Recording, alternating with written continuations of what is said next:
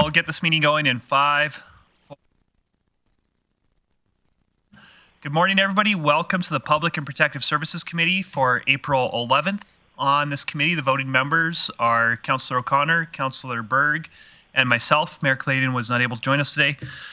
We do have a number of delegations. I'll just ask our delegations to our rule is you got up to 5 minutes to present, and then we'll have an opportunity to ask questions. I'm really going to be strict on that 5 minutes or less because we do have a number of delegations today. I want council to have ample time to ask questions. Just one other housekeeping matter. I need to leave at about 5 to 10 to go to a meeting with Minister Jean. Councillor O'Connor is going to take over chairing at that point, and depending on where we are at the meeting, Councillor O'Connor, I might just quietly slip out if somebody's in the middle of presenting rather than formally handing it over to you at that point. But first up, we have, I hope I'm saying this name right, but Mr. Baerg? Did I say it right? Good enough? Awesome. Well, please, so just, if you haven't done this before, you just come up to the table, just give us your name, even though I just said it, and who you're with, and you got up to 5 minutes to present. Thanks for joining us today. Thank you.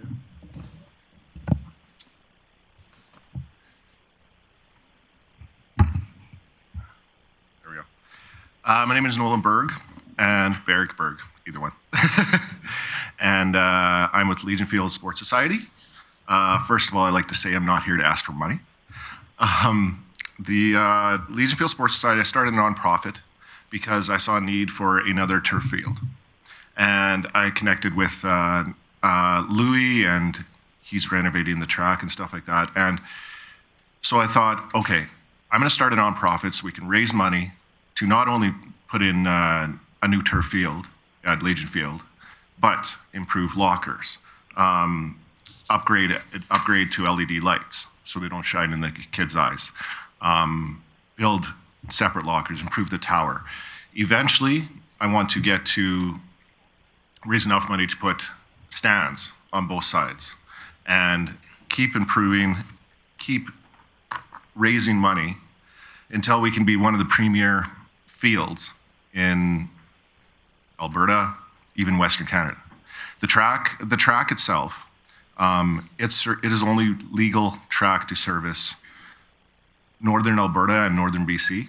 That is, for lack of a better term, legal or up to par track. There is no track up here in Northern Alberta. So that presents that it is already one of the main fields for up in Northern Alberta. So if we can improve it and keep improving it throughout the years, then it would be good for all teams. We would have service groups like football, track, soccer, of course, rugby. You could even have field hockey, lacrosse, many user groups on there. And that will still include, like they have pickleball there now in that area. So to raise money so that the city doesn't have to keep paying for improvements. That's why I started the nonprofit. And all I'm looking for right now is a letter of support from the city to raise money so that we can make these improvements, phase 1, phase 2, phase 3, and keep going. That's basically it. Well, we definitely appreciate your work on behalf of that field. Thanks for presenting us today. I'll look at my colleagues. Councillor Baerg. Yeah, thank you, Chair Bressie. So just a couple questions. Thanks for doing all you do in the community. It's certainly great to hear your update and your passion and what you're trying to do. With this asking for a letter of support, is that needed to get the grant? Not that I'm opposed to it, I'm just curious. It helps. It helps getting grants. And I was talking to Holly Surgeon at Community Futures, and she's helping with the fundraising and stuff like that. So I already have a letter from the school board, public school division, and a letter from you guys shows that you guys support, because you're the two landowners in that area. So then you guys support the raising of funds to improve it, to put everything that we want there and our goals to improve it. Great, okay, thank you. I do have another question, if that's okay. Yeah, I'm not seeing anybody else flailing around, so please go for it. So you'd mentioned upgrading the turf. Can you tell us what it is now and what you want proposed to do? Well, what it is now is grass. And it turns into cement. It always has. I grew up here. I lived here just about my whole life. And when I played there, yeah, when it gets cold, it turns into cement. And yes, we do have the turf field at CKC, but that is starting to be booked a lot. So we do need another field like that, and it's great that we have the dome coming up, but another outdoor field would be great. And that field right now is grass, but not only it has sprinklers in the middle of it, that we practice on that field as, because I also help coach the Phoenix, the comp football team. And we practice on that field. We spray paint the sprinklers that are in the middle of the field and avoid them. And to play a game on there, we have to take pieces of sod and cover the sprinklers so that nobody rolls an ankle and nobody, breaks their leg on these sprinklers. So to have turf, and turf also there, the upkeep on mowing and the upkeep on grass is way more than the upkeep on turf. After the initial cost, the upkeep for the city is way less. And just curious, what's the life cycle on turf? Life cycle can be 15 to 20 years on turf. The cost is $750,000 for the turf. The people that I talked to, Scott at, I forget the name of the turf company, but they're out of Kelowna. They have not seen a base and prep work cost more than $750,000 for what they've seen anyways. And then the turf should last that. Plus, I also want to put logos in it, and I'm talking to the marketing department of the city about putting logos in there and naming rights and everything like that for that field, so that it can cover all the running costs of that field. And those logos that are in there, they cost about $3,000 to $5,000 to put in, and then you can have a contract for 5 years or whatever for that, and then to replace them, you just cut them out, and you can put them back in for another about $3,000. Okay, thanks, Nolan. I have Councillor Bosch, then Councillor Blackmore. Thank you, Nolan, for what you're doing. You know that you're going out of your way to make the community better, so I appreciate that. Just a quick question: what amount are you looking for in this grant? A grant from you guys? I'm not looking for money from not from us. For when you're writing this grant, you want to let us know? When writing these grants and going to private companies and asking for sponsorships. Okay. So not a provincial or federal grant. Well, there will be grants combined with private companies and everything like that. In the end, well, maybe not in the end, but eventually with all the phases, it will cost $1.5 million probably for the turf, then another $5,000 for lockers, and then $500,000 for upgrade of tower. It could be upwards of $3.5 million. And then my vision, decades in the future, is to eventually have a building over it, which could be upwards of $40 to $60 million. But my goal is, if I can, depending on time and how things work out, but I would rather not have the city paying, like not having taxes go up or a city paying for everything. I would like to do everything through fundraising and grants and such things like that. Because I know we have facilities already, and so it helps Grande Prairie not have to raise taxes for another facility. Right. That's my goal, anyways. Yeah, hopefully you find these grants. Thank you. Thank you. Before I go to Councillor Blackmore, I see Chief Harrop has his hand up and might have some context for committee.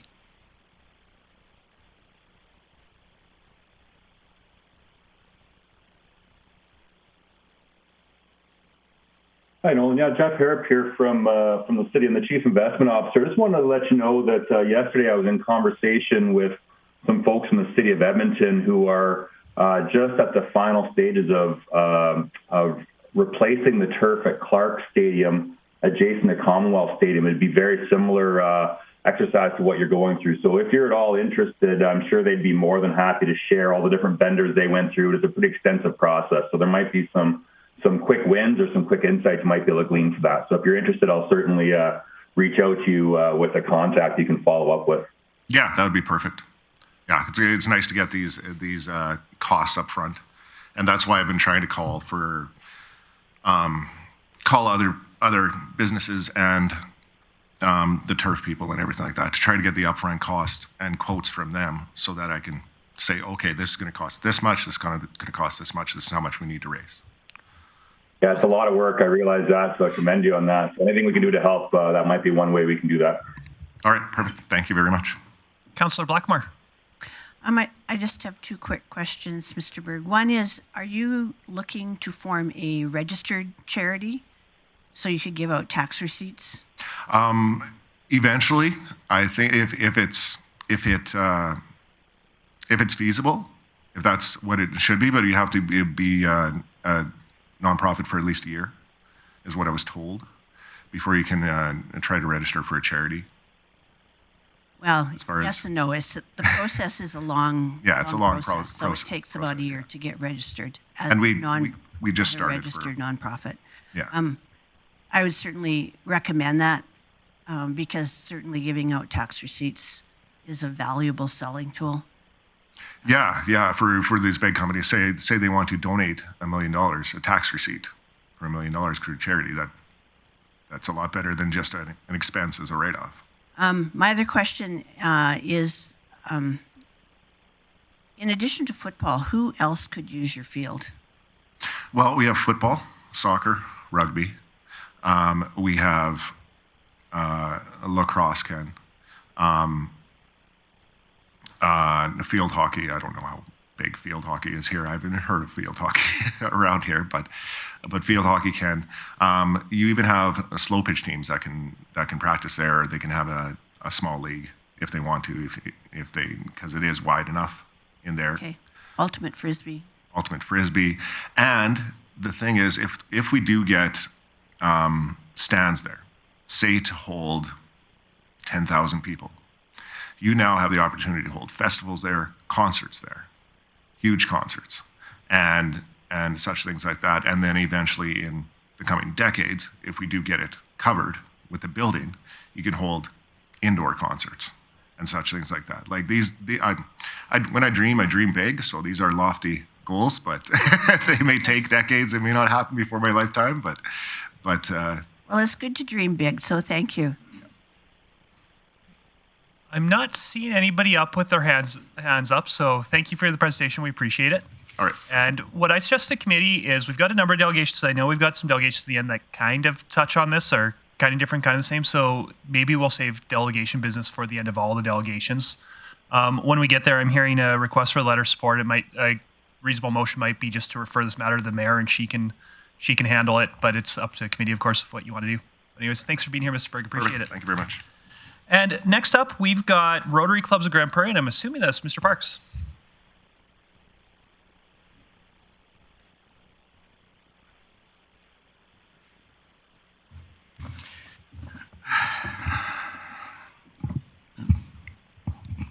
Good morning, everybody. My name is Joel Park. I'm with the Rotary Club of Grande Prairie. Just here to provide a summary of what we've done with you guys' money over the past year as it pertains to assisting with the immigration of the Ukrainians who have come into Canada and specifically into the city of Grande Prairie. So I'll make this a quick two-parter.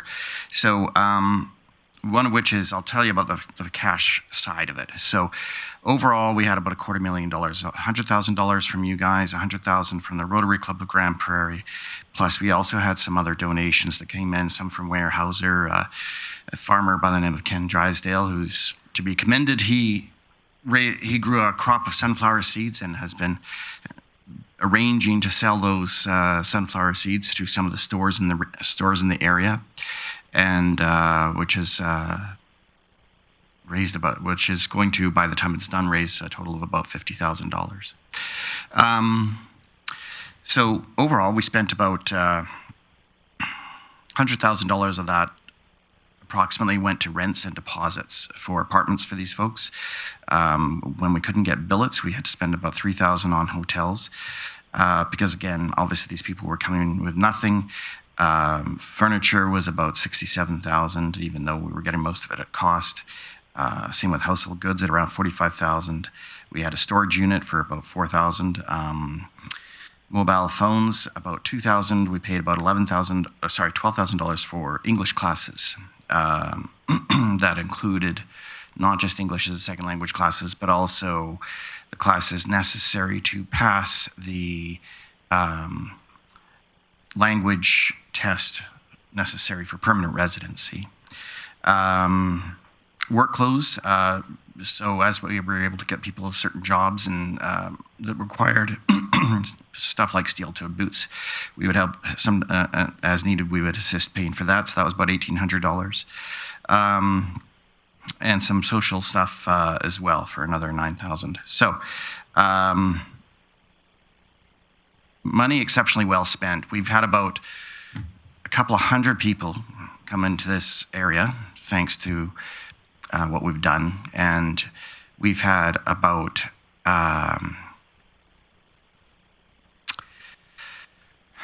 it's a little hard to say, but I would guess probably about 30% of those are children, and we've but we've also now hit another new problem in that the city's out of apartments.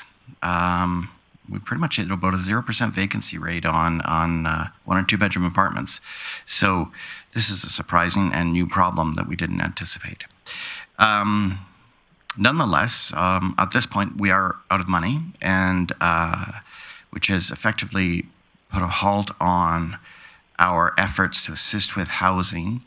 But we are finding that a lot of Ukrainians are still migrating to this community thanks to the Ukrainians that are already here. So, by example, somebody contacted me yesterday who is looking for help to get a job, is able to now do so because their mother has shown up from Ukraine and they've now got childcare, and so she's able to go back to work.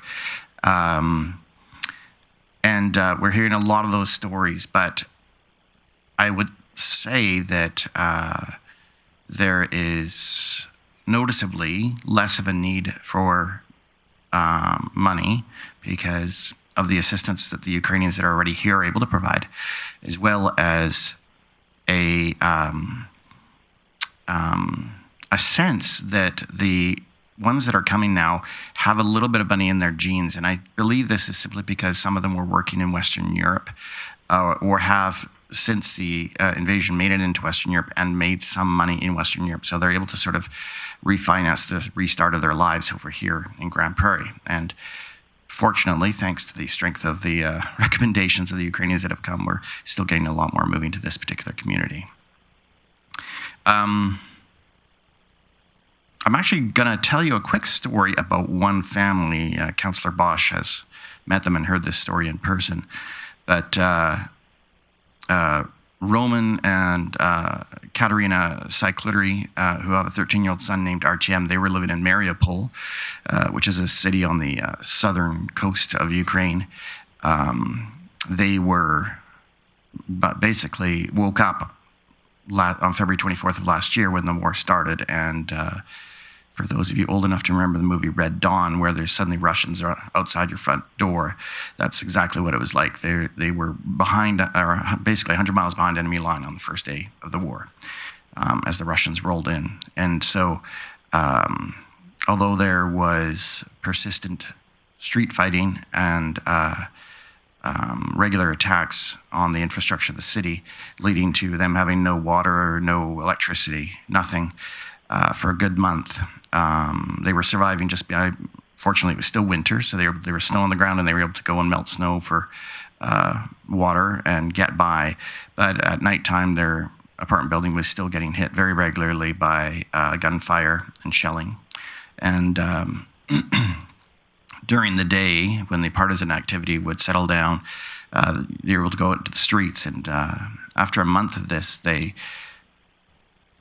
Roman went downstairs and asked one of the Russian soldiers, like, what are we supposed to do here? How do we get away from this? And he said, you must go east and into Russia. If you go west, we'll kill everyone there. So they got into their car, which was the photos of his car or something else. The windows had all been shelled out and had quite a few bullets in it, but it ran. So they went east to Russia and got to the border, and they discovered that Katerina, his Roman's wife, she worked for the Ministry of Law. So she was like a clerk that would take parking ticket fines and that kind of thing. But they didn't know what role she held. And so they put a bag over her head, zip tied her hands behind her back, and disappeared her for a couple of days. And decided eventually that she was no threat, and they released her. They continued east into Russia, and then they went south into the country of Georgia, which is basically a Russian puppet state, but Roman had a sort of a shoestring relative there. They sold their car off for parts and found us on Facebook, and based on the strength of the communication that we had, they booked some tickets and eventually got to Grande Prairie with what money they could get. And now they're here. He's working as a welder, making good money. She's working as a maid in a hotel. Their son Artyom's in school. He's on the football team. He's doing really, really well. But that's a story of one of the families that have made it to Grande Prairie. So there's about 200 altogether. Some are doing really well. Some are not doing as well. Really depends on their circumstances and how much English they had prior to their arrival. English lessons are still really well needed for a lot of these guys. And although I'm not here to ask for any money today, I would probably recommend that the city sees if they're willing to subsidize English lessons at the Council for Lifelong Learning, which isn't much. It's probably about a couple of $1,000s, I think, for a fall term, because we simply don't have the money anymore. But yeah, that's it in a nutshell. Excellent. Thank you. I'll look around and see if there's any questions. Councillor O'Connor. Yes, thank you very much, Joel, for your efforts in this area. We really appreciate it. I know you're being modest. Do you feel there's a need for us to support more funding to be able to support more family, or are we better off just to stay at par and get you some funding for ESL, or is there more behind the question there? Yeah, that's our big issue is that if there's no apartments for them to move into, we can't encourage people to come to this community. I did ask the county of Grande Prairie if they were willing to assist, because there is a labor shortage in this community, but not just our community, the surrounding communities, Fairview, Peace River, except those places actually have apartments for rent. But the county of Grande Prairie was unwilling to assist. So I guess if I don't, I mean, but I also want to thank you guys for your support, and it's not just financial support, it's also the moral support, like your staff have been amazing, everyone I've been in contact with, and I guess it was a little eye-opening to have been turned away by the county of Grande Prairie, because, I mean, apart from the common sense side of, helping assist with the labor shortage in their communities, there is a moral imperative, in my opinion, and they decided to turn away from that. So I want to thank you guys for having the vision to do what is, in my opinion, the right thing. I know you guys are thanking people up here all day long, but my thanks go back to you. And to answer your question, Mike, yeah, I think we could definitely do with some more money. And we're probably, I don't know if it's easier for us to do things like take care of things like the pay for the English lessons, and because we're fairly well set up to make excellent judgment calls on that and flow the money through to the right places. And for those that are here and are struggling, we're in a better position to assist them as well, with everything from job placement to just finding whatever services they require. Because, we have guys that are like, hey, I just found out I need $4,000 in dental work, right? And there are dentists in town that will do it at a very steep discount, but they don't know how to reach them. And of course, they still don't even have to have the money to pay for the discounted rate. So we assist with that, right? So I guess what I'm saying is, yes, there's an opportunity, but I guess I also don't feel like I should be asking for a whole lot more money, because the majority of the money that we have needed in the past is for rent and furnishings and households, and that need seems to have been now offset. Okay. Is that an okay answer? I'm Yeah. not sure if I was clear enough there, but Councillor Bosch. Hi, Joel. Thanks for coming. Agreed, housing is the issue, but we can't build a house fast enough for you right now. it's true. Out of this 200 people that have come, can you tell me how many people are working outside of the 30% of kids? Is it 70%, or is it I'd say it's about 90%. of that 70? Yeah, of the adults that are here, 90% are working. Oh, good to hear. Okay. Yeah, almost all. And I still need some jobs. Oh, I guess I would make one small request. Your rural renewal stream website that has a job bank on it, it's been really helpful, but a lot of those jobs are now out of date. I don't know if your staff can start poking some of those employers to refresh that information to see if it's still accurate. And, because it sucks when I'm reaching out to these employers and I'm like, oh yeah, we filled that job 3 months ago. I do know that Chief Harrop's online listening, so I'm sure that just got heard. Yes, it did, and I'll follow up the team, and I'll also put our team directly in contact with you. Yeah, awesome. Thanks so much. Great. Any other questions? Councillor Baerg. Yeah, thank you, Chair Bressie, and thanks, Joel, again for what you're doing. You'd mentioned English as a second language courses through the Center for Lifelong Learning. Is there a specific dollar amount that you would not ask for, but request, I guess, that we could give a target to rather than a wide general number? So the English courses for each term cost about $2,000. The course that prepares you for the residency exam, a permanent residency exam, costs about $5,000 to put on. And these can service 30 or 40 people, each one of these classes. So upcoming summer term, upcoming fall term, a couple of $1,000s for each of those. And I'm certain they'll want to put on another course for permanent residency language lessons as well. So I would say probably all in about $10,000. Okay, thank you.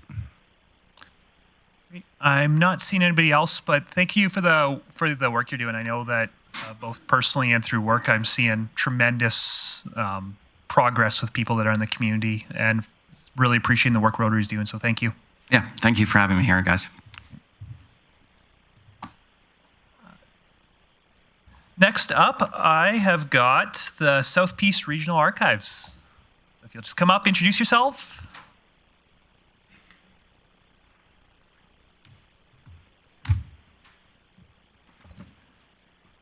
Hello, everyone. My name is Aline Van de Karakova. I'm the Executive Director at the South Peace Regional Archives, and I'm here on behalf of the South Peace Regional Archives Board to give you a brief report on 2022 for us and the funding that we received from the city. I do have a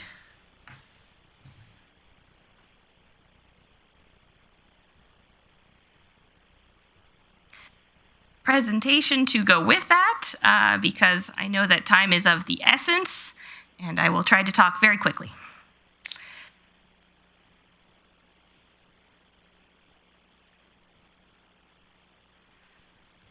So just a brief introduction to anyone who isn't familiar with the work of the archives. So the South Peace Regional Archives works to gather, preserve, and share the historical records within our region, both now and in the future. and we strive to add value to people's lives by increasing their understanding and appreciation of our past. So our funding for last year, kind of the key notes to pull out from that is, first off, we did receive $73,780 from the City of Grande Prairie. That was a combination of the community group funding amount we received, as well as $2,500 from your local marketing grant program. We also received funding from the County of Grande Prairie, MD of Greenview, MD of Spirit River, federal government, provincial government. We do have a gift in kind listed there, which is a combination of the rent-free space we receive in the Grande Prairie Museum currently, and then also 600 hours of volunteer work from our community. And then we internally generated an additional $10,000. Of that funding, the majority goes towards our staffing costs as they run all of our programming. So that's definitely our biggest cost, with 68% going there. An additional 24% goes to programs and services, and then 8% goes to equipment and supplies, with the majority going towards conservation-specific supplies is our biggest cost there. Some key deliverables from our year. So two big successes we had was, first, we were able to work with the city and the Chamber of Commerce in Center 2000 to secure our new location in the bottom floor of Center 2000, so we're hoping to relocate this year. We also reopened to the public and resumed in-person programming and events after 2 years of COVID-related closures for us. Obviously, direct research requests and references, which include people coming in person to research, but also include remote research requests and people asking for photograph reproductions. We had 266 of those this year, with the biggest amount still being remote research requests.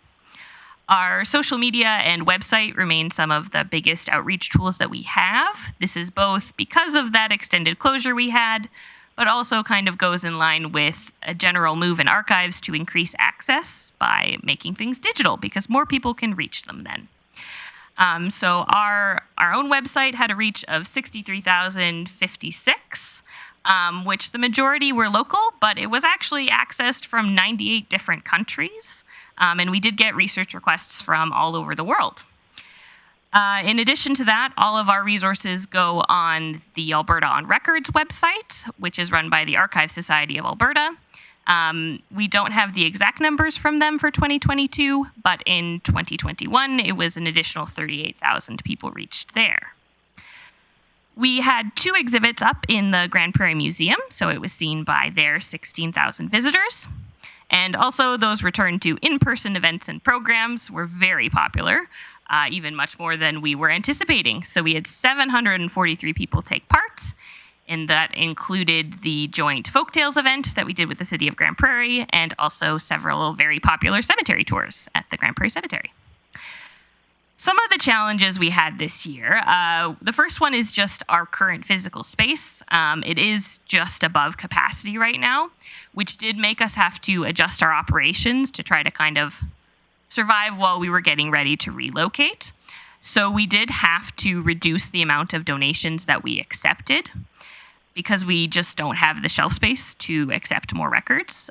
So we prioritized things that could not wait, people who were moving or who told us they would destroy the records if we couldn't take them off their hands right then. And donors that were able to hold on a little longer are deferred and waiting until after we move. The other challenge we've had is just because of that 2-year closure. Obviously, that did impact our community presence, so we are working to rebuild that. With the local marketing grant will be a big part of that, so we are very grateful for that. I did want to briefly highlight how kind of the work we did works with your strategic goals, of course. So the first one is quality of life, fierce community pride. We are the only public access archives that serve our community, a place where people can contribute to and access their own history. And access to heritage and knowledge of your community's history helps to build a sense of connection and pride in that community. And in total, our programs impacted 163,523 people. And even with the limitations, we did accept an additional 18 donations of records. Next, inclusive caring communities, multicultural. So obviously highlighting the impacts that diverse peoples have had on our community helps recognize not only where they are today, but how much they have contributed. So the Archives works hard to ensure that we are highlighting diverse people, increasing understanding and awareness. So we do that through things like we always ensure to feature Indigenous content in all of our Telling Our Stories issues. And we did do presentations specifically on the history of people of color in the South Peace region in 2022. Finally, towards attraction, the Archives programs and events contributes to cultural and heritage landscape in our communities, both our own direct events and also just the work we do with our community partners to try to make our history more visible, from partnering on their own events or displays to we've had a interesting trend where private businesses would like to decorate their space with historic photos of their space. This has been a very common request lately. So this just helps kind of increase a cultural understanding wherever you go in our city. So thank you all very much for your support in that work. And hopefully I can answer any questions you have. Well, thank you for the presentation. I think it's your first one to us, so it is. Especially I'm very nervous. Oh, you did great. So thanks for being here, and I'll turn it over to Councillor Baerg. Thank you, Chair Bressy. And yeah, I have noticed the photos going up in a variety of places, amongst others, Latitude 55 in the old fire hall. So thanks for working with the community. So my question is around the move into Centre 2000. Have renovations started, and is there a month target that you have to move in? I know you said this year, but that could be, there's still a number of months left. Yeah. So renovations have not started. We hit a small setback. I say small. We did not receive the Community Facility Enhancement Program grant that we were hoping for from the Alberta government. So we are reapplying for it, but it has caused delays just while we're waiting to secure additional funding to make sure we can complete the full renovation. We're currently still waiting on the federal equivalent, the Community Cultural Spaces Fund. They have not made their decision yet. And as soon as they do, should we receive it, then we are ready to go out to tender, hit the ground running. And at that point, we estimate from the day we can go to tender, it's 6 months to complete the renovations and the full move. Okay, thank you. Councillor O'Connor. Could you, excuse me, could you let us know what that amount is that you're short? Is there any way that we can help bridge that until the funding comes through? So, no promises though. Yeah. So the amount that we had asked for from the provincial government was $328,000. The way the fund program or the project as a whole was intended to be funded was 1/3 our own fundraising and our municipal funding partners. That first round of grants, you did give us about $100,000 or $110,000 in that first kind of wave. The biggest concern we have right now is actually just waiting on those decisions are causing a big delay, because we are able to address the concerns that the CFEP program had with our first application. So we're confident if we reapply, we will get a positive result. The one problem is that they will not let us know till next January. So given the large amount, I don't know what position the city is in to assist, but possibly even just helping us bridge kind of that timeline gap, having some money to work with while we wait to receive other funding might allow us to start. So follow up then, would there be any impact if you got a temporary, let's say, loan from the city or another organization? Will that affect your grant that you could receive in the future? I think it would help just to support their concerns about our project were that it was not shovel ready, just because we didn't have a signed lease agreement in place, and we were still waiting on pending federal funding. So that big concern is just that we weren't actually ready to hit the ground running. So a temporary loan from the city would probably allow us to really confidently go into that grant application, because it would show that we are ready to get started as soon as we're approved. Thank you. Councillor Blackmore. One of the issues with that, however, is you can't start your renovation until the grant money is in place, or you don't qualify for the grant. So it's a circle, a little bit of a vicious circle. I would like to remind council, as I've said before, one of the reasons you didn't get your funding was because we didn't get you the information you needed in time. So we do bear some responsibility there. Yeah, and I know that there were definitely some issues in terms of a third-party society, and yeah, I think it was more. I'd respectfully say it was a bit more complicated than just the city was having issues. There were more complications there, but yeah, fair enough. Any other questions or comments? Great. Well, thank you for making your presentation, and thank you for the work your society does. We really appreciate it. And next up, we've got one man but two delegations, Mr. Chabot.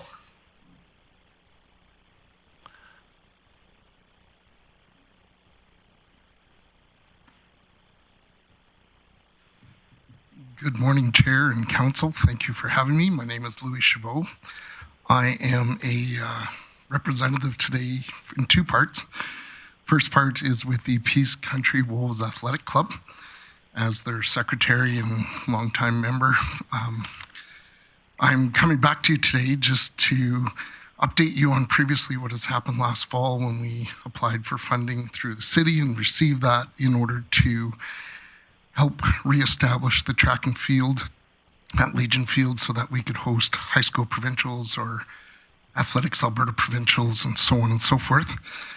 When we did our original request, we looked at the design relating to the city space that was already available. So we adjusted it as best we could see fit that it would meet not necessarily the standards of Athletics Alberta, but something that they would allow us to host provincial championships. In looking at consultations with other user groups in the area and how best to do that, we found that there was another alternative that we hadn't looked at before that we now see as probably the best alternative. So we're looking to see if we can work with City Council and with the Public School Board in not changing any of the financials, but changing the scope of the project in relation to location. There is that location would be directly south of where the pickleball courts are on the Grande Prairie Public School Board land. In consultation with Grande Prairie Public School Board, they have consented and agreed that they would like to see it on that site, more towards the east end of that site along the tree line.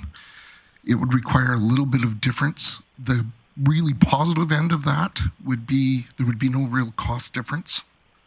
There is a legal or land use that would have to be sorted out through the city and the school board in relation to this. The awesome part would be we'd be able to also put in basketball courts around that site, which were removed when the pickleball courts came in. So both school boards were very content about having another basketball location, which for us is very simple because you just have hoops to the fences. So it's not really a cost big factor or anything. The other thing that was very likable on that site is pickleball gets very frustrated with us in the event that we have sand pits, and our sand pits tend to throw sand onto the pickleball courts, which makes them very frustrated. And there's no way around that. But the new site location would remove the sand pits and get rid of that sand slippage issue. Plus, it would allow pickleball to expand where we currently have, where we use for jumping, for high jump or for javelin throwing. It would basically allow that expansion of pickleball into that area. And the high schools are also content with that because right now, although there is access to pickleball during the day when the pickleball players are playing, they no longer have access.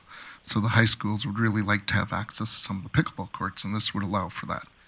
So basically what we're looking for on the large end is to allow city administration to work with the public school board to finalize a design that would be acceptable to both parties, and then that we would go to tender, or not necessarily go to tender, but have the specifications ready, as you were talking about.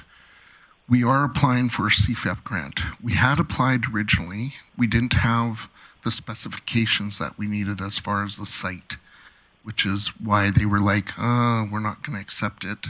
So we pulled that application. The other thing that has come up at the same time is we had a water main break at the track. And because of the water main break at the track, some of the water flooded onto the track, particularly our 100-meter area, particularly lanes 1 and 2, which now, where we used to have what we believed was a 3 to 5 year viability or lifespan on the track before it needed to be resurfaced, because it usually has a 10 to 12 year lifespan. Now we're looking at it being a 1 to 2 year lifespan. And the province is going, I don't know if we can host on that. But we do have the funding in place. If the design is ready, now again, this is option 1. We'd like this to be option 1. If this doesn't work out, we can still go to our previous plan, which is to build strictly on city land. It's just the space is not exactly conducive to meeting standards.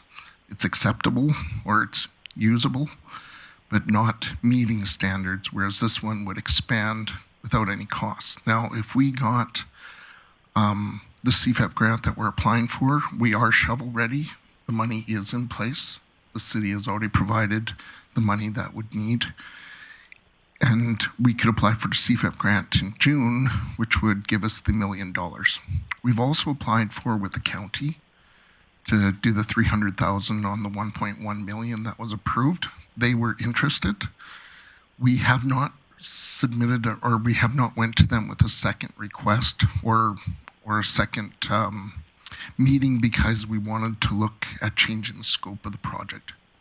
So they have recommended we come back to them when the scope of the project is finalized, and that they would be amendable to looking at it. Not necessarily, they didn't give us any responses if they would or wouldn't. They just said the project interests us in nature because of the amount of users from the county that use that site. So if that did occur, we'd be having 1.4 million, 1.1 from the city, 0.3 from the county, and then hopefully another $1 million, which would completely cover everything that we'd need to do, including resurfacing of the track itself rather than just the jumping, throwing site. I think that's everything I need. I see Councillor O'Connor, then Councillor Baerg. Yes, thank you, Chair Bressy. Sorry. Louis, thank you so much for coming in. We appreciate that. It seems like there's a lot of what ifs, and part of that would be a final design, like if you move the pits where the sand is near the pickleball, is that included in a layout somewhere? That, whereas one, you're trying to go down a path, but you're being diverted down a different path. So explain to me what's holding you up there. Okay, through the chair, thank you, Councillor O'Connor, for the question. I think the question is more of the chicken or the egg. I've decided on the egg, which is City Council, which is basically if I can get approval for the change of scope, this happens very quickly because the school board is already ready. It's just a matter of layout and saying, here's exactly where we would fit it onto the property. The design and construction basically is already ready to go and done. It's just the layout. So we've been working with a company called Playtech, who's been incredibly helpful. They're the ones who have built the last 4 or 5 tracks in Canada. They're building 2 this year, and they also build all the fields for like the Scottish Centre in Edmonton, the Red Deer Centre in the Red Deer Dome obviously in Red Deer, the Calgary Dome. So they've been working with us. They already have a design set. They just need a layout standard. But we can't go forward with the project without knowing if we're allowed to change the scope and even looking at it. So if we can get approval to change the scope, I think we would be able to, within a couple-week period, have a layout completely designed and be able to, as long as it can facilitate between the city and the school board in relation to the land. That's probably our biggest concern, is figuring out those dynamics. But the school board they want the facility, and there doesn't seem to be anything that would hold that up. As far as, there's nothing else that would go on that site. So in follow-up, and just so I'm trying to be clear, I can get fused in a garbage bag. So just want to make sure that between the county and the city to change the design, or is somebody else involved in that, like the province or a sports organization or whoever? I'm not sure who would answer that question. Thanks, through the chair. Thank you, Councillor. In all aspects, we do not really need the county money in order to go ahead with the project and have everything completed. That would be a bonus. That would allow us to possibly look at some fencing that would go alongside the pickleball court to add extra security to the site so that kids couldn't drive on to that grass area that they currently do. And during the winter, they sometimes put a barrier there to try and block kids from going through. But if you put a large gate, so any extra additional funding would be for extra things that might assist, but we don't need the county's funds to move forward on the project. We basically only need you gotta remember the project is kind of in two parts. If we didn't get CFEP funding, we just wouldn't redo the track. We would still be able to do all the high jump areas, all the javelin areas, all the jumping areas, which would meet us to standard. So we really don't need any grant funding to get started. If we had, and we're gonna apply for it, because why not? Let's get the extra $1 million to pay for the track since we already have city funding in place. It's shovel ready. It should be, we've talked to CFEP. We've talked with their senior managers and organizers. They've all said they're willing to go with this. They just basically need the grant application. Great. Thank you. I will note that Mayor Clayton has joined us online.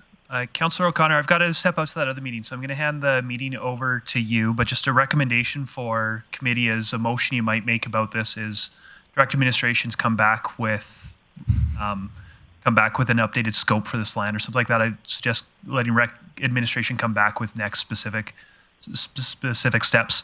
Also, Councillor O'Connor, I've got Councillor Baerg next in the queue, and then I've got Councillor Bosch. Ms. Van Beekveld has said that she'll let you know if anybody online is hoping to get in. And also we'll highlight that when you're concluded this discussion, Mr. Chabot also has submitted a delegation request to speak to the potential indoor field house as well. Thank you. Councillor Baerg. Thank you, Councillor O'Connor. So thanks, Louis. Just a couple of questions. Actually, I'll make a comment first. I'm on Google Maps, and I can actually see where the sand is blowing across and onto the pickleball court. So, again, from space, you can even see that it's there. And so you mentioned along the tree line, and I look along the tree line, and I'm assuming... the south tree line, south of the pickleball courts, east of the grass baseball field. Oh, okay. Oh, I see. Okay, perfect. So, west end of the baseball field. Okay, so the baseball field is irrelevant in the conversation then? No, it's not irrelevant in that we would have to change some of the fencing to allow a gate to be thrown so that we can throw the javelin into that field space area. In our consultations with the school board, I can't speak for the school board. They've suggested that they would like there not to be a fence for the outfield that they would like that removed because it infringes on their ability to use that space for wide games such as soccer and football during the school day. That there would be a slight fencing thing and the costs would be incurred. There wouldn't be an extra cost. It would be part of the whole project. Okay. So then my question is, again, somewhat of clarification. It's not going to cost the city more. The funding is in place. What you're simply looking to do is for council to endorse a design change. Correct. Thank you.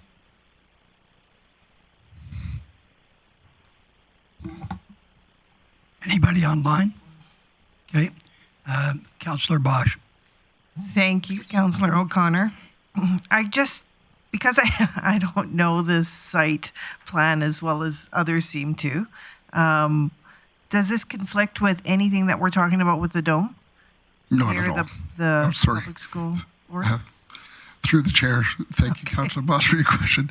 It does not impact anything in relation to any other projects that the city has ongoing. Potentially. Okay. Potentially ongoing. Okay, good. 'Cause Yeah. I don't know these intricacies of the site map, so thank you. Okay, perfect. Seeing nobody else, I just wanted to confirm that once you got that approval, things could move ahead fairly quickly Yes. in the design.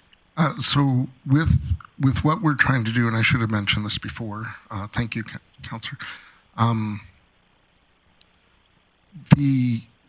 We had originally wanted to be shovel ready and in the ground this spring, so that we could host provincials in 2024 in the spring. We realize that that's not going to be an availability just because the people who build tracks are unavailable to build tracks this fall. And there's a specific time frame that we need to hit, which means that we have to have plus 10 degrees weather for a 2-week period, or give or take around there, 5 to 10 degrees, where it doesn't get below 5 to 10. So in order for the track to cure and be able to be laid down because it's a rubberized surface, that means we have to do it in the summer. So we have a 3-month window in which we can lay a track down. And so we have to be like ready in the ground design so that by between June and August, the track can be laid. So we're delayed that till 2025, or we'd like to delay that till 2025. We've talked to Alberta Schools Athletic Association. They have consented to delay our hosting of provincials by 1 year. Oh, okay. So that we could still host in a very quick time frame, but that it probably would not, the scope of the project would probably not be finished this year. It would start in spring of next year. Okay. Thank you. That was my follow-up. Is there anything else? With that, I'd like to thank you very much for coming up. And so you're going to now change hats on us? I'm going to change hats. So I work with Peace Country Wolves Athletic Club as just trying to help kids do track and field. But I'm kind of a community organizer, and I've kind of a vested interest in everything that's sport. I used to do kind of like Karna Gurmscheid's job over at Sports Council. So we've been very, very busy talking to all the user groups in the city that we could get our hands on about the new field house concept. And we've had some very excellent conversations through literally close to hundreds of phone calls in trying to help figure out what the community would best like, rather than having a whole bunch of user groups come to you and each identify their own thing. We've started to work with user groups and trying to come up with a common concept of what all user groups would like to see to just facilitate discussion. So in response to that, here's a couple of things that we've come up with that we would like to suggest council consider when looking at the scope of the project for the field house. The first one is size of the field house. I know you guys have been in conversations about the size of the field house, and you're probably already ready to make a decision.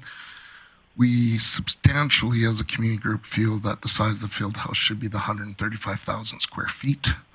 The maximum size that you can build one of those domes is 270 feet wide. The 270 feet wide allows us to put a soccer 9v9 soccer, and you need two 9v9 fields in order to host anything that's indoor.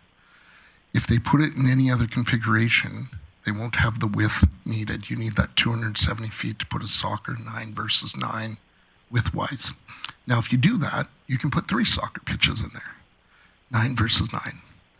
And if you put 3 soccer pitches in there, you can divide that into 7 versus 7s, and you'd have 6 7 versus 7s field sites, which means 6 user groups at the same time.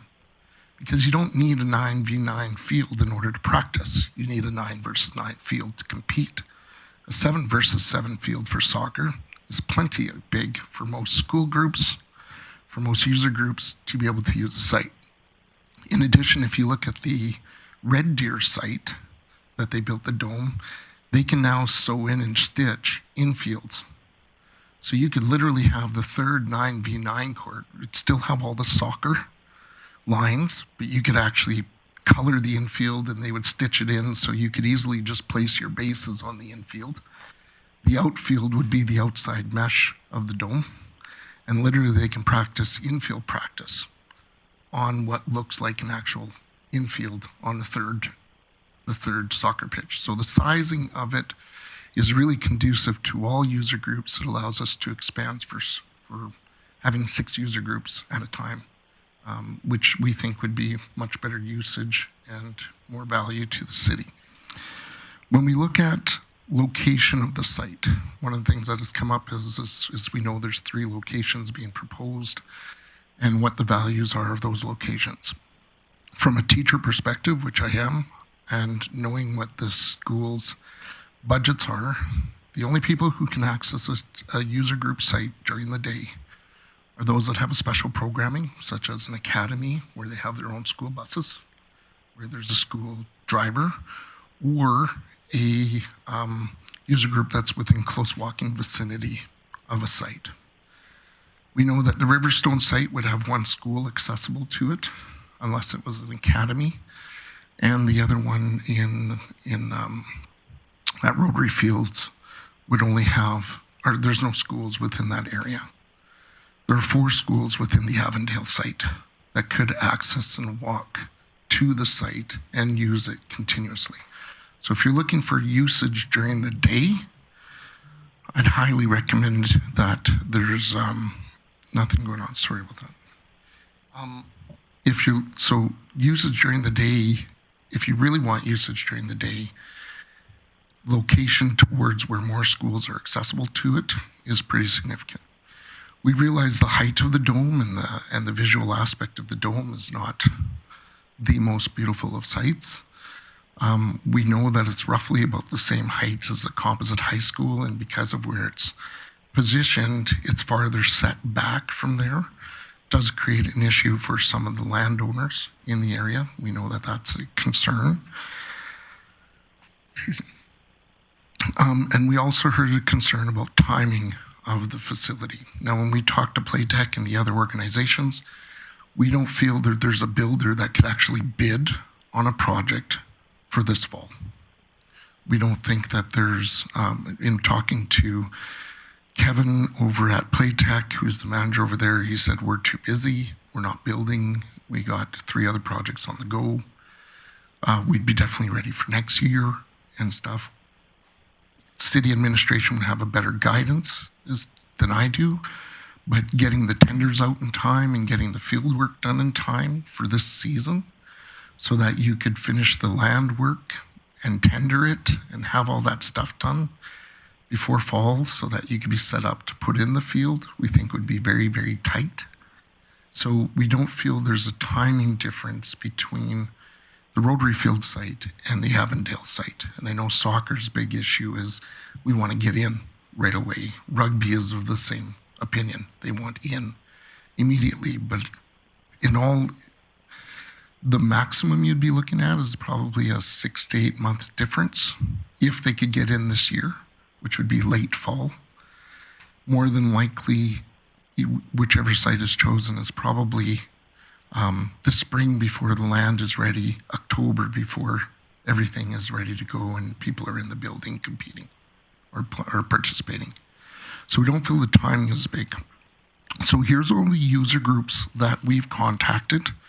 And some of these we have letters of support for. So I'm going to state them all. I'll send the letters to council so that they have them. All the football clubs, Grande Prairie Bantam Football, which is President Mark Owens, Grande Prairie Pee Wee Football, Corey Gravengard, Men's Football, Simon Fow, all have sent letters of support preferring the Avondale site. That's all the football clubs. All the baseball clubs. So Grande Prairie Pirates ladies fastball team and fastball in general, Shane Milligan, president. Grande Prairie Minor Baseball Association, Linnea Watson-Grucy, as well as they would all, and same with softball, would all prefer the Avondale site. Simply because if they're going to run any type of activity, it's closer to all the hotels, all the food, all the activities, it's easier access route. We've had recommendations that they would like to see 108th Street access to the bypass if the Avondale site was chosen. But that would just be a general ease of access and roadway that would increase that site. One of the problems with the other site is there's no parking and access to the site road-wise in the Smith Fields is difficult for space. The other groups, Peace Wapiti School Division, Grande Prairie Public School Division, Northwest Alberta's Schools Athletic Association, Grande Prairie Wolves Athletic Club, all have indicated that they would prefer the Avondale site and also lacrosse. The only ones we weren't able to contact was Ultimate Frisbee, and we weren't able to contact the Cricket Association, or at least we didn't reach with them. So we feel there's a large contingency of user groups who have an inkling that the design works better for them as far as access to it, access to other fields adjacent to it, access to a lot of the competition extras such as hotels, the accommodation, the food, all within one site. It seems that's the general consensus. Okay, thank you very much. Mayor Clayton is online, so if she's prepared to go. Thanks, Chair O'Connor. Just a question, Mr. Chabot, to clarify, you're here as a community resident and you've done informal conversations with multiple user groups. Is that what you clarified at the beginning? Through the chair, thank you, Mayor Clayton. Yes, that would be correct. Okay, so as a resident, you've gone out and talked to user groups and think that's valuable information. As an organization, we have also spoke to user groups. So I'm curious, though, you keep referencing it as a field house, and just so we're all on the same page about the definition of a field house, because we call our court facility at Eastlink a field house. The current facility that council has been speaking of is a dome. And in the Avondale long-term recreation plan, in the long-term plan, it talks about a recreation facility, which would be traditionally a steel structure that would potentially could be a court sport facility. So just so I know what you're speaking about, are you referencing that your personal preference and the people you've spoke to is a dome facility, or are you talking court sport permanent long-term facility as in the Avondale recreation plan? Through the chair, thank you, Mayor Clayton. An excellent question. Should have prephased that, but I think in essence, to answer your question properly, I think in both. Obviously right now we're talking about a dome with an infield.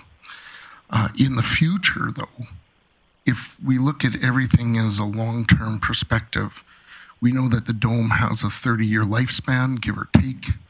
We know that Peace Wapiti Academy School has about a 30-year lifespan left, give or take, since they've redone the roof about 7-8 years ago. If that both was the case, wouldn't it be a wonderful perspective for 25, 30 years from now for the city to have that entire acreage of 30 acres of land to consider as a massive field house for future projects in the future. So looking long term, that site could still end up being an amazing field house, because not only would you have the land from the composite, it would go all the way to the Peace Wapiti Academy land, and you could build quite a large field house. But right now, yes, you are correct. I should be referring to it as a dome. So if I may, Chair O'Connor, just to follow up, so you keep saying field house still. You're talking about a dome structure, which doesn't have a 30-year lifespan, just so we're clear. And you're talking about a field facility in a dome structure, or you're talking about court sports? Through the chair, thank you, Mayor Clayton. What I'm talking about currently is a dome structure. Okay, so with turf inside. And the other question I had in regards to that comment, in the, I'm assuming you've seen the Avondale long-term area redevelopment plan, and on there it indicates the parking, and you mentioned that you think there's significant more parking. I just wanted to just give you a little bit of a heads up. When administration brings back footprints of where a dome could be best situated, it will include drawings that will indicate parking space.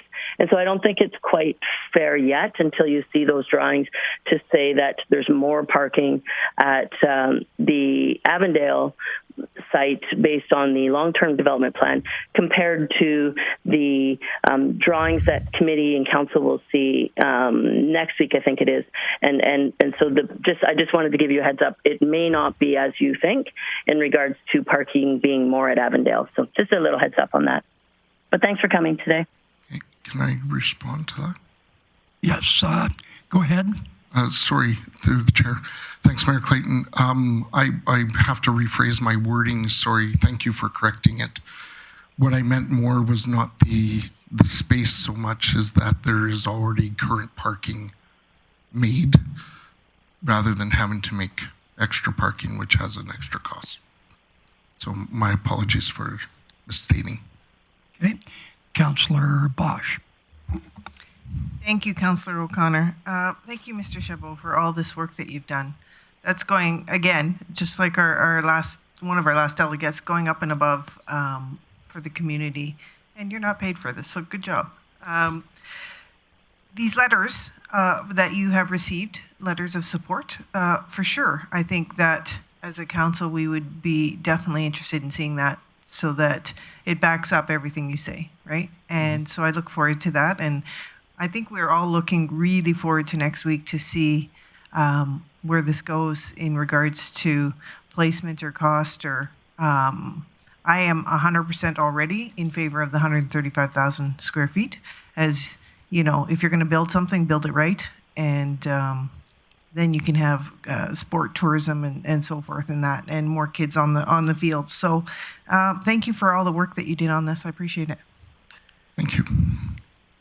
And to Councillor Baerg. Thank you, Acting Chair O'Connor. Yeah, so basically I just wanted to reassure you that we too will be contacting, or our team will be contacting the user groups. And I saw Director Miller here writing down as you were speaking. So again, I'm quite confident that a solid consultation of user groups and interested parties is going to happen. So thanks for doing some of the legwork and getting that message out early. Thank you. Okay, is there anyone else? Okay, seeing that, thank you very much, Mr. Chabot. Thank you, Council. Chabot, and then we will, I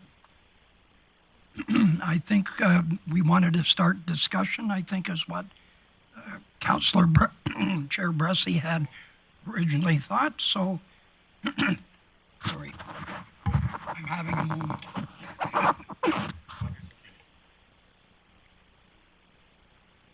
I'm just looking to, right now is what I thought I heard, so go ahead, Mr. Baerg. Okay. Thank you, Chair O'Connor. So there's a handful of them here. So let me find my notes. So I'll start with the Nolan Baerg committee. I would like to move committee recommend that the mayor consider writing a letter of support for the Legion Field Sports Society. And I'm up for friendly amendments on any of these if there's a word or two. Any discussion or amendments on the motion put forward, which I believe is in order? Anybody online?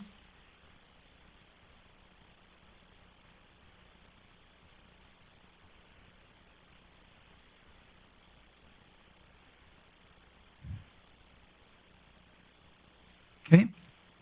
I would like to move that committee recommend that the mayor consider writing a letter of support for the Legion Field Sports Society. That motion's in order. Any further discussion? Sure, Councillor O'Connor, I just couldn't get my hand up quick enough. I apologize.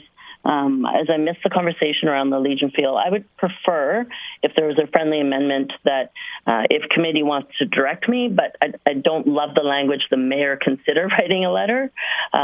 So I would prefer to know committee's intent. If you want to leave it up to me to consider writing a letter, I'll do the background information and make a decision, but I would prefer that there is direction from committee. Okay, yeah, thanks, Mayor Clayton. I knew that you weren't part of that, so I wanted you to get up to speed or have that opportunity to get up to speed. But if what you're suggesting, I would move committee recommend the mayor write a letter of support for the Legion Field Sports Society and remove the word consider. Thank you for that change. We'll move on the amendment. Call a question. Mayor Clayton in favor.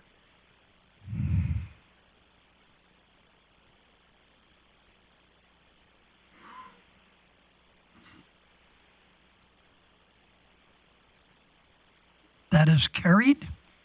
Thank you very much. And then we'll move to Rotary Club of Grande Prairie. All right, I think you have the motion written. Do you have it written down that I can... Direct administration to recommend to council to consider funding the $10,000, if I'm not correct. Yep. And For Rotary. for the Rotary House to get for, No, not Rotary House. sorry, the Rotary Club for recommending $10,000 for English as a second language courses. Sorry. You don't have to put the sorry in. Could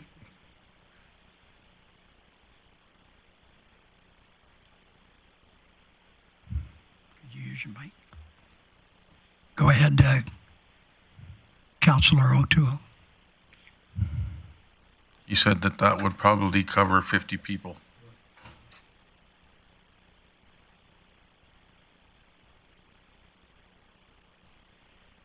Or do you need me to formally make that motion? As he's acting chair? Do you have a, Yeah, okay, so put that motion under me. okay. Can we read the motion? I would have worded it way better. I wouldn't have. Thank you, Chair. Committee recommend council consider funding in the amount of $10,000 for ESL courses.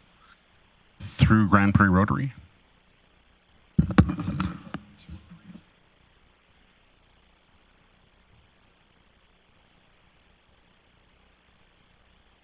We're just getting amendments done. We'll just have that for you in a second. In the meantime, Councillor Bosch. Thank you. Not to pick apart your motion, but there's no clarification of who you're giving English lessons to. It could be anybody. So I think if you want clarity, or you're going to open up a barrel of English lessons to the entire community who needs it. So just... Yeah, can we enroll Councillor O'Connor? You're out of order. I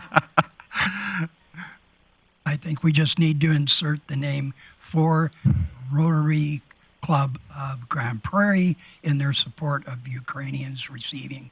Or Yeah. Ukrainian refugees or Ukrainian immigrants? Thank you. What did I say? Probably wasn't good. Never mind. Okay.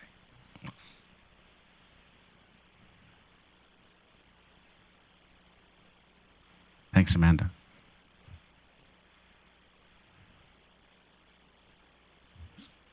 So it's on the thing. Go ahead. Yeah.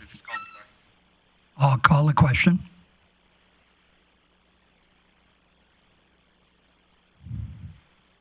Mayor Clayton in favor.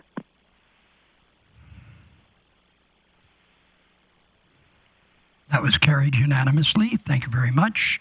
We'll move on to the next order of business, which is South Peace Regional Archives. the South Peace Regional Archives. Who would like to? All right, I would just like committee to accept the South Peace Regional Archives presentation as submitted. Okay. So no motion needed on that one? Okay, thank you. Need a motion? Okay, move on. Then we'll move to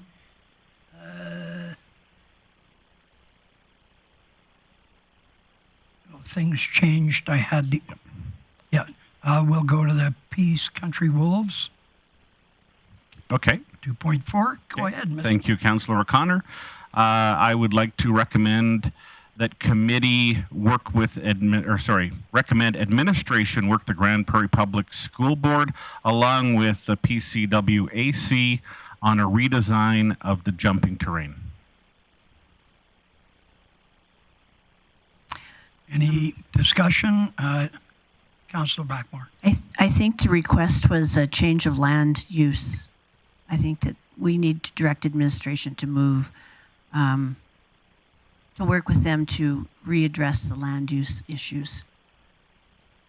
And the design, correct? Director Miller. Yeah, through the chair, I think what Mr. Chabot was asking for was an updated scope of work for administration to work with, to come back with an updated scope of work. So I think wording like that would cover what we need to do. If Mr. Lemieux and Ms. Casually are okay with that, I think they were both present for the presentation. They should be able to use that wording in the motion and come back. Just waiting for... Had Amanda retranslate that? Councillor O'Connor, I had my hand up. Sorry, we did not see that. So go ahead, Mayor Clayton. That's okay. I added up on last motion too. Just a comment on that. I'm assuming that the Peace Country Wolves Athletics Group mentioned that the conversation will need to be with the school district as well, because the suggested line is all joint there. So I think the motion is good as is, because I know administration's aware of the complexity of that sort of who owns what land. So I just wanted to make sure that the motion was changed, and Mr. Miller did that. So thanks. Thank you. And we have a motion. I'll call the question.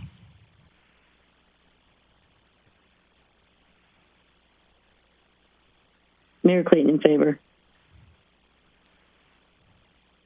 Is that too general? Okay. Just verbally, committee direct administration to bring back information to committee on an updated design. I think, again, Mayor Clayton wanted Grande Prairie Public School District in there along with the Wolves, and specifically around jumping terrain. I'll give you a minute to fix, or I should let the chair give you a moment to fix that. Yes. And we'll just take a few moments while that's coming up on our e-scribe.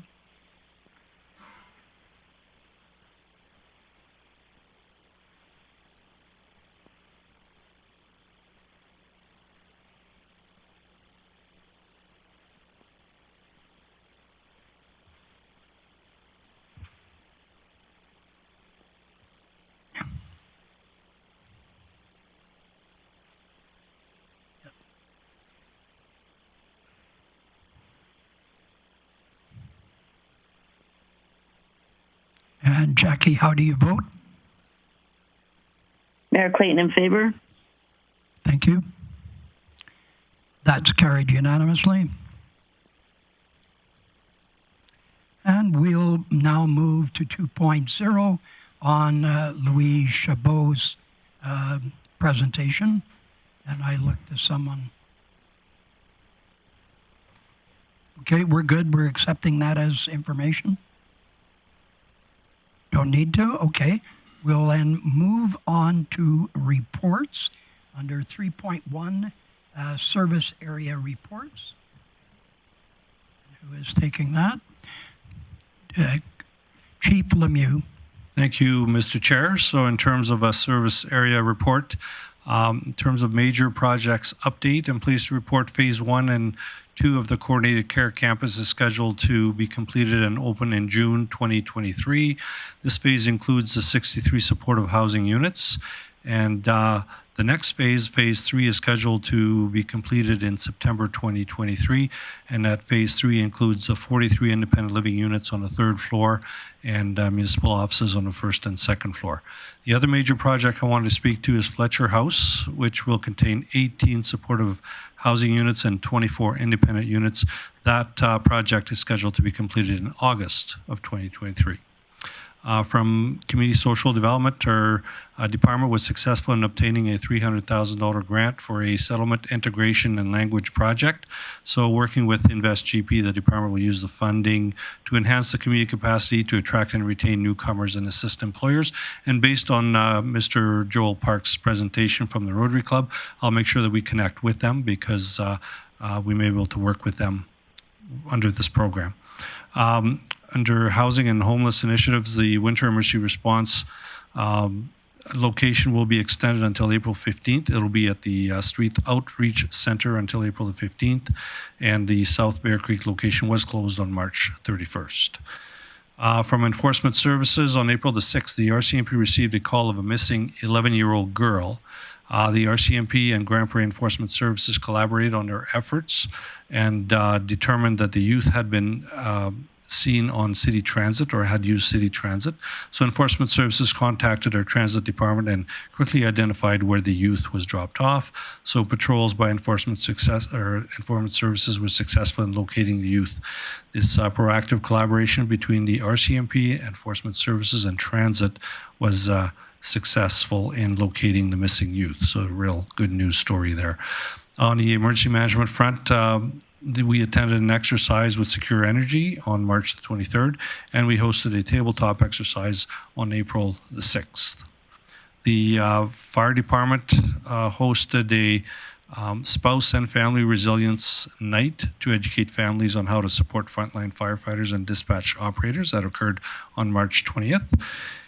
On the RCMP and policing side, training is currently taking place for the implementation of the body-worn camera initiative. That's anticipated to begin on May 1st, 2023. At the Community Knowledge Campus, staff will assist with the City of Grande Prairie booth at the upcoming Home and Garden Show on April 14th to the 16th to provide information on membership bookings, triathlons, and facility amenities. And we'll also be talking about the newly launched Grande Prairie Access Pass, which was launched this past Friday. Also, the play care numbers at the Eastlink Center surpassed previous records and served 1,181 children in March. So the numbers for the first quarter of 2023 is over 3,000 children having used that particular service. In sports development, wellness, and culture, we've hosted a couple of volleyball tournaments on March 24th, 25th, and used the Maud Clifford Community Gym as part of those competitions. And on April the 8th, we hosted the annual Easter extravaganza sponsored by Eastlink at Muscogee Park. So we hosted over 500 children throughout the day, and they were invited to participate in an Easter egg hunt through the village, have their photo taken with the Easter Bunny, and participate in a scavenger hunt through the museum gallery, and were able to decorate cookies. Also, inclusive time slots were also offered for participants who benefit from a quieter and calmer environment. So, Mr. Chair, that's my report, and I'd be happy to answer any questions. Any questions? First from Councillor Bosch, then Councillor Baerg. Thank you, Chair O'Connor. Thank you, Mr. Lemieux. My question is, with the Coordinated Care Campus opening in June, you said level 1, level 2, but staffing won't be till level 3. Is that correct? Like, who's going to be there for staff for level 1 and 2? So the plan is that once we occupy those 63 supportive units, we will have services available. So it'll be staffed through a contract. So the contractor will be there by June as well, is what you're saying? That's correct. Okay. And then in the Fletcher building, 18, is that full capacity? I thought it was like 42 or something. That's 18. 18 supportive units and 24 independent living for a total of 40. 40. And so the 18 will be complete by August, and the rest? All of them will be completed by August 2023. Okay. Thank you for the clarity. Councillor Baerg. Yeah, thank you. I'm just going to kind of overlap some of what Councillor Boss just covered. So I see a total of about 148 plus 42, sorry, 106 plus 42 for 148 beds. Just kind of curious what kind of pressure we're going to take off of our current street engaged. I know that there's some people currently living in some ATCO trailers that we're housing. So my rough math, 124 new spaces or beds prior to this next winter? Yes, that's correct. So that'll certainly relieve a lot of pressure, and we'll continue to work with our local organizations and continue our work in terms of the next step being more affordable housing. Thank you. And just anecdotally, I'd read somewhere or seen somewhere a conversation that we currently have ballpark identified 300 homelessness in our community. That's correct. I think it was 320 or so. Okay, so just under half of the current pressures will be alleviated. That's correct. Yeah, I think that's fairly substantial for where we're at. So thank you. Okay. Any other questions? And I see no one online. So unless I missed anything, we'll move on to 3.2, administrative review.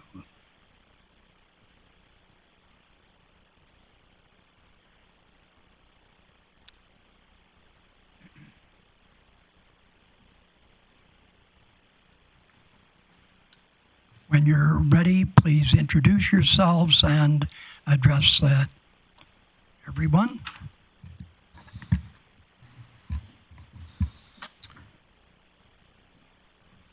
Good morning. I'm Director Mike LaFive of Enforcement Services. Sergeant Ross Gear with Enforcement Services. Thank you. Through the chair, I'd like to first we'll go through the administrative report for the minimum property standards bylaw. So last year, several citizens throughout the city, particularly within the Northwest, have had significant issues with nuisance and noxious weeds. Vacant lots and underdeveloped commercial properties have been identified as heavily contributing to this problem. On average, approximately 300 minimum property standards complaints are reported each year to enforcement services, and many of these are resolved by educating the property owner, which result in voluntary compliance.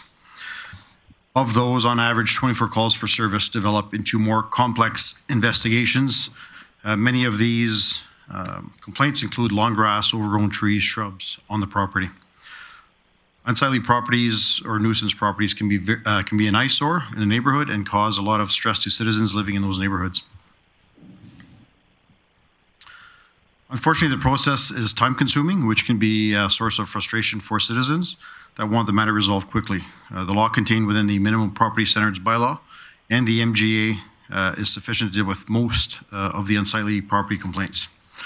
Over the last few years, an emerging issue has been larger underdeveloped commercial properties that are overgrown with weeds and grass. These properties are primarily owned and managed by development companies. Underdeveloped land are the biggest issues are the noxious and nuisance weeds, in particular this last few years, the foxtail weed. A shortcoming was identified with investigations conducted last year regarding overgrown weeds on the larger underdeveloped properties. It was discovered that parks, the weed inspector, and enforcement services were working independently of each other, and in some cases giving property owners contrary instructions on weed eradication, as weeds can be sprayed or mechanically controlled. As a common weed, the foxtail does fall back on enforcement services. In some cases, property management companies have been allowed to spray foxtail weeds. This strategy seems to be yielding limited success. Common control for foxtail infestation suggests the weed may be curtailed by applying herbicides early in the growing season. Once the growing season is established, foxtail needs to be mechanically controlled. So this winter, Parks and Enforcement met to discuss the upcoming season, and we'll do so again in a few weeks. Administration will also meet with property representatives where most of the 2022 complaints originated. We have developed a proactive method of identifying properties early in the season. Administration is confident that appropriate measures to control grass and weeds will be achieved, and we'll monitor the effectiveness of this process throughout 2023. Just open for any questions. Yes, we'll open up to questions for Mr. Lefebvre. So any questions from anyone? Councillor Blackmore. Because we're talking developer land, it's private land, so I'm wondering if you have a process in place where you can move fairly quickly if it's not being mowed, that city mowers could go on the site. No, we deal, there's a process involved which involves several steps, which I can go through if you want. You can't shortcut those steps a little? Because I know they take time. That's correct. Perhaps I can help through the chair. It becomes a rather complicated process. We have to follow the bylaw. We also have to very strictly follow the Municipal Government Act. And if we don't follow the Municipal Government Act to the letter, then if we do have a city contractor or go on, we cannot recover the cost. So in order to recover the cost, and so we have to follow the process. And unfortunately, the process takes some time. And I know it's frustrating for citizens. It's frustrating for me. But if we want to recoup the cost, the city doesn't want to have to pay for that. So we're hoping that last year we were working in silos. We just were. It was the left hand not knowing what the right hand was doing. And near the end of this season, myself and the other sergeant had a very good meeting with Parks and with the weed inspector. And we said this year we want a combined effort. We want to make sure that if it's, and we take a lot of the our instruction from the weed inspector. They're very knowledgeable. So if it's going to be a herbicide, the herbicide has to be put on sooner than later. Once it goes to seed, the herbicide doesn't work on foxtail. Then it has to be mechanically cut. So to get back to your question, no, unfortunately, we have to follow the process. Otherwise, the city will be on the hook for the cost. I guess the pertinent question would then be, how much would that cost be? Because the distress of the adjacent landowners is significant and cannot be minimized in any way. We have to do all that we can for them, I feel. Through the chair, very, very good point. Unfortunately, the cost is fairly significant. We got estimates from, we spoke, myself and the other sergeant, we spoke to two different landowners, or two developers. They were the two biggest ones. I'm not going to give their name, but they were the two biggest ones. And for herbicide, they were in the neighborhood of about $40,000. And then that's when and to mechanically cut the same property, they were looking in the neighborhood of around $40,000 as well. I don't have the exact, but I remember those numbers. So it is and that was just one developer. So we are looking at a fairly significant cost. It would be fantastic if the city could, we could just go in and do it. Oh, that would make my life so much easier. But unfortunately, I guess that's what we need direction from you. Do we follow the MGA? Do we follow all the steps so that we can recuperate the cost? Now, I'm hoping this year that we'll have better success with foxtail. If we get the herbicide out before the growing season, it's supposed to work. That's what I'm told by the weed inspector, that it's supposed to have a significant impact. We'll see. At the end of this year, if we haven't had any success, then certainly we're going to have to look at a different strategy. The chair recognizes Councillor Baerg. Thank you, Chair O'Connor. So you'd mentioned the $40,000, and that's one spray, and that is significant. But correct me if I'm wrong. A herbicide spray will typically last about 3 to 4 seasons. Is that correct? 3 to 4 years, or is that a 1-year shot, depending on, I guess, the seeds? I'm sorry, I just don't have that information, Councillor Baerg. I'm thinking that it would be a couple of years, but unfortunately, I just don't have that information. Okay. Chief Glavin. Thank you, Chair O'Connor. No, it wouldn't last 3 to 4 seasons. There's a seed bank, so there's seed within the soil. Some of it will germinate this year, some of it won't, and it will continue to germinate for a number of years. So there'll be annual control at least for a few years. Okay, and then as a follow-up, then if we were to look at mechanical, you mentioned again a rough price tag of about $40,000. Is that using weed eaters and a crew of people, or is that like a ditch mower? What scale are we looking at? Because to me that seems excessive. The manager of the one property that I'm thinking of, the manager had reached out to.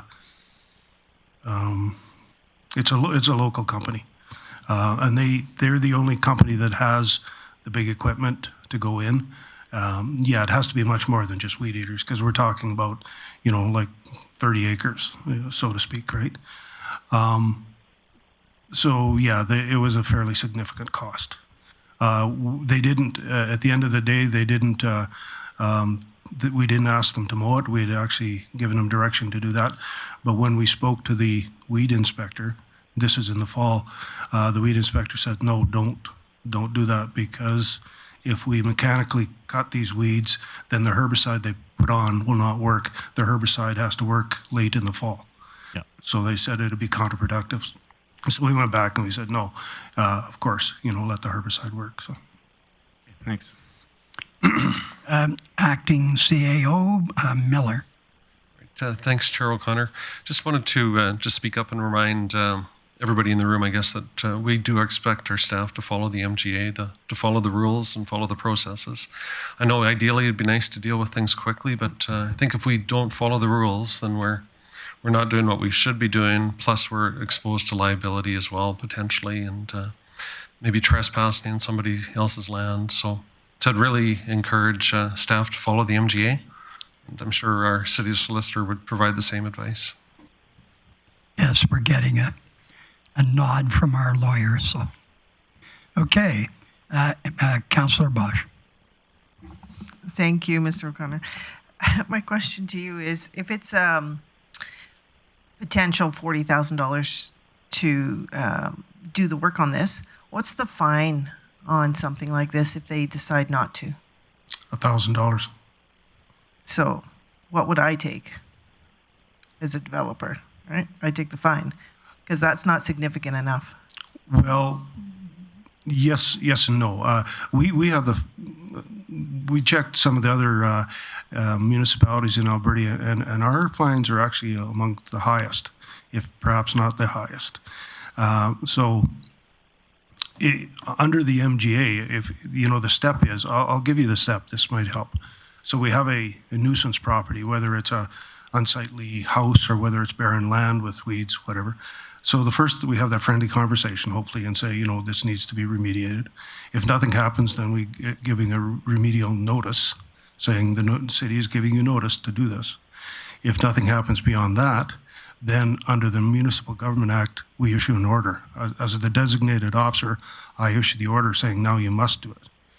Then if they do not do it, they can appeal to council. If they don't appeal to council, then at that point, we issue a notice of entry and say, now we're coming on to your property with a contractor and we're going to do this work. And at that point, we're telling them, now it's going to be going back on your tax roll. Okay, so the fine and the work. Yeah, okay, and good. if they stop us at that point and say you're not coming onto the property, then we would seek an injunction in Court of King's Bench. And we've been very successful with these injunctions. We've only had to do it actually once in my 7 years. Okay, thank you. So there is the process. Okay, Thank you very much. Is there any business, any further questions? Councillor Baerg. Yeah, just some business. Thank you, gentlemen. I would like to move that committee receive this report for information.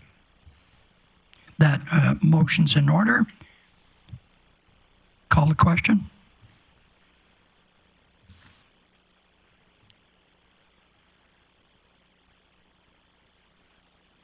And it's carried. Thank you, Chair. Thank you, councillors. Okay, and we will now move on to 3.3, public security unit information. Would like to take that on? Well, there you go. Please, please introduce yourselves. Yeah, you were like a bad penny. Okay, please introduce yourselves again.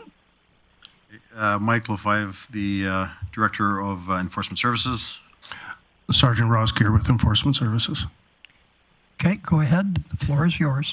So the December 13th, 2021 regular meeting of City Council, Council allocated $500,000 from the future expenditure reserves to additionally fund the public security pilot project. Proposed as a community safety initiative in December 2021, the public security unit project officially launched in August 2022. A big portion of their work is focused on the downtown area, dealing with social disorder. The public security unit works closely with and in support of enforcement services, peace officers, the RCMP, mobile outreach, and other social service providers to improve the level of safety for both their staff and the clients. As an example, recently, because of the nice weather, this past week, Grande Prairie has had an influx of encampments in Muskosipi Park, and the public security unit has been at the forefront working with the various agencies on this issue. The first 5 to 6 weeks of operations were dedicated to daytime patrols, staff selection, education, and training. Public security unit progressed to 24-hour coverage in the community on October of 2022. The total occurrences for October, for example, was 566 compared to November through to February, which was anywhere from 250 to 380 per month.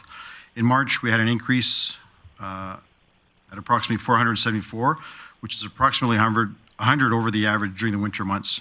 So we suspect or assume that the months coming with the summer and the nicer weather, that those will increase exponentially.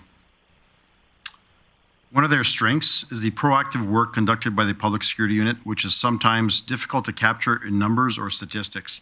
Although we have built a reporting matrix, some of the things are still missing, and we work on them monthly to improve the documentation to capture the data. For example, they work very strongly on the agent program, which has exponentially increased since the inception of public security unit, and they do so, which the program continues to grow on a weekly basis with the different businesses. Public security unit's proactive engagement with the vulnerable street engaged population of Grande Prairie adds one more avenue to rehabilitation for persons struggling with addictions and chronic homelessness. Making contact on a regular basis with these individuals allows the city to maintain a constant presence that does not allow for disorder to flourish. At the lower cost than a police officer, the public security unit has demonstrated the ability to respond to and effectively manage low-level social disorder, allowing other police and enforcement assets to engage in high-priority areas of concern and public safety.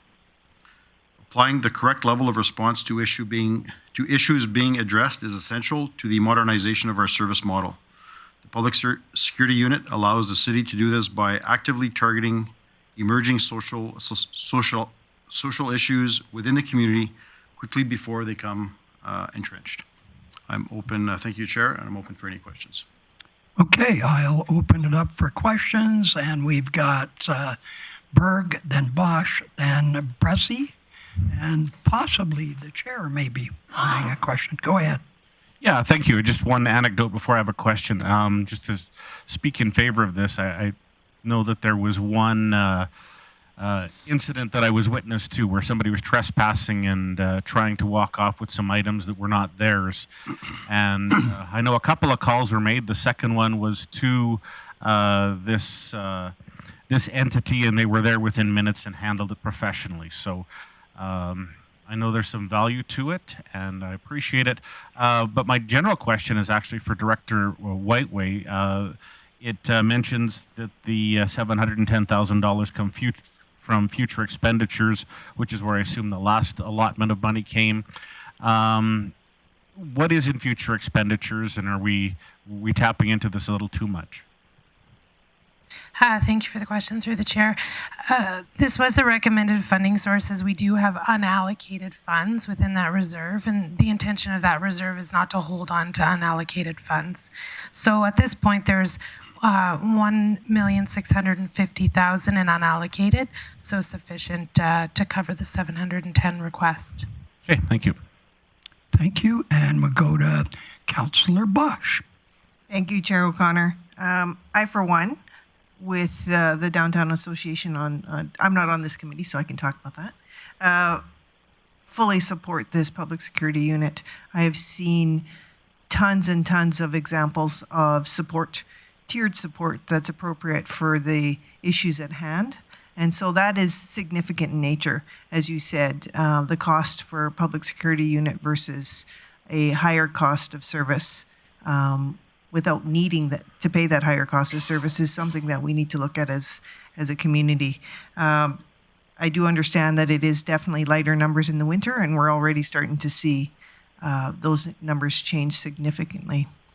And additionally, there has been a number of businesses that have contacted the Downtown Association and yourselves, as I understand, with total support of this public security unit. They've done a good job.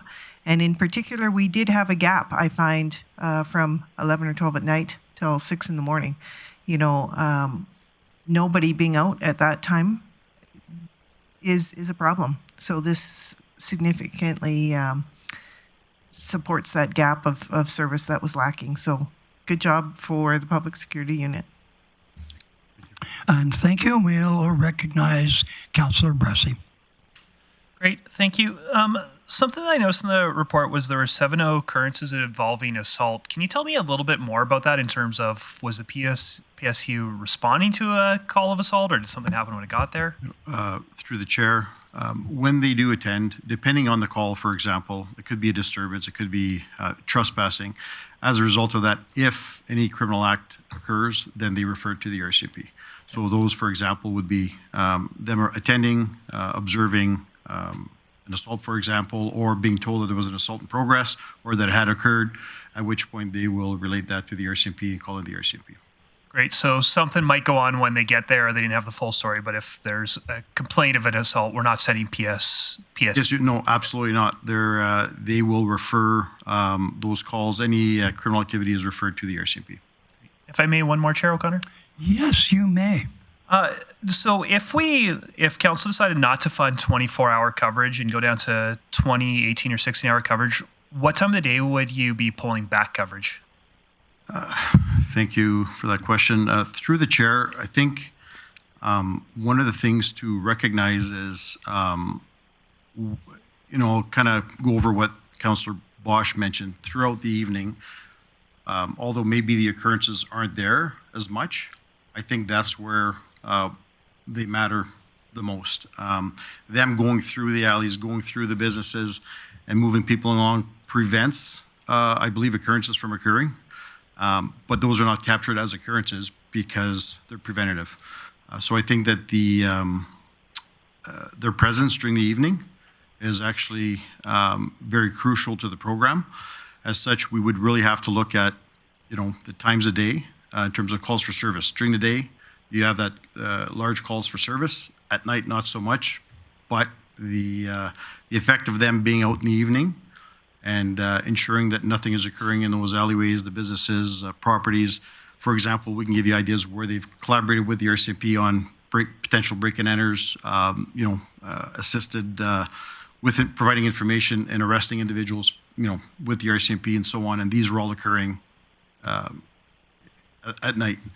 So I guess to come back to your answer, we'd really have to look at where the best need is in modifying those hours. No, I'm glad to hear that. I don't know if I support continuing funding 24-hour coverage, but I definitely support funding that overnight coverage I think is really important. I don't know if it's as needed midday, so appreciate hearing some of your thoughts on that. Okay. Any other questions? Anyone online, in case I've missed you? Councillor Palat or Mayor Clayton, any comments, questions? No, seeing none. There's business to be conducted.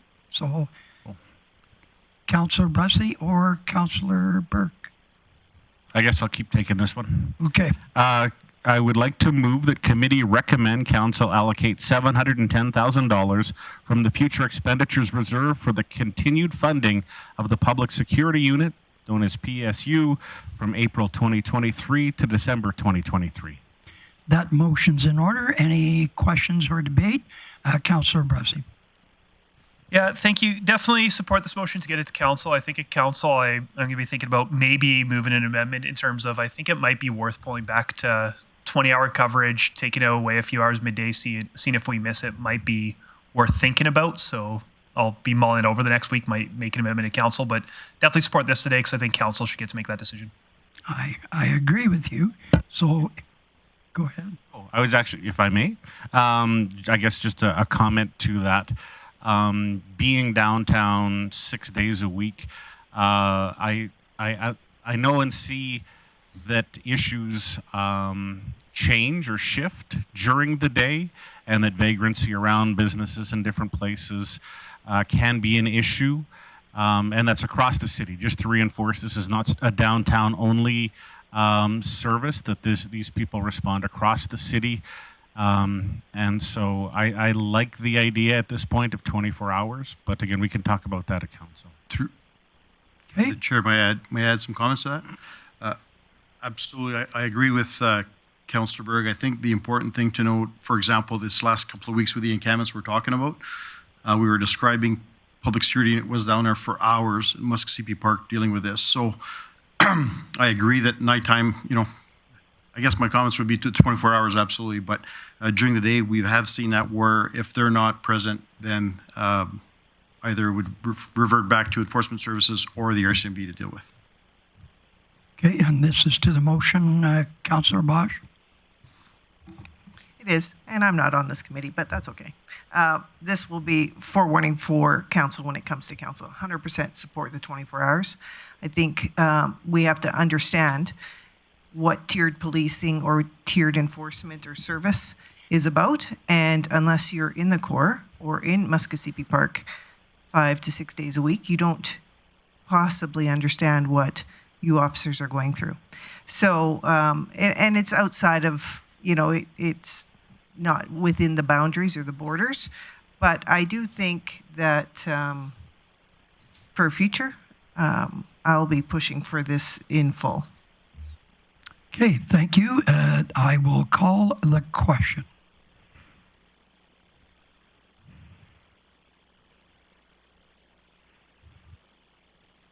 And that's carried unanimously.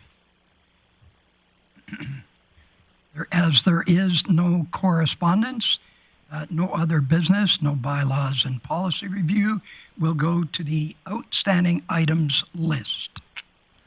Thank you, Mr. Chair. So if I may speak to the outstanding items list, today we dealt with item 1223. So I would recommend we remove 1223. And also, Mr. Chair, if I may, item 1221 was listed as police service model review point in time statistics. Upon reviewing this item, I would suggest that based on the decision that was made by council on March the 7th, that this item is irrelevant now, and I would ask that this item be removed from the outstanding items list also. Okay, Councillor Bressy. Yeah, definitely happy to move that we accept as amended. Okay, that motion's in order. Call the question.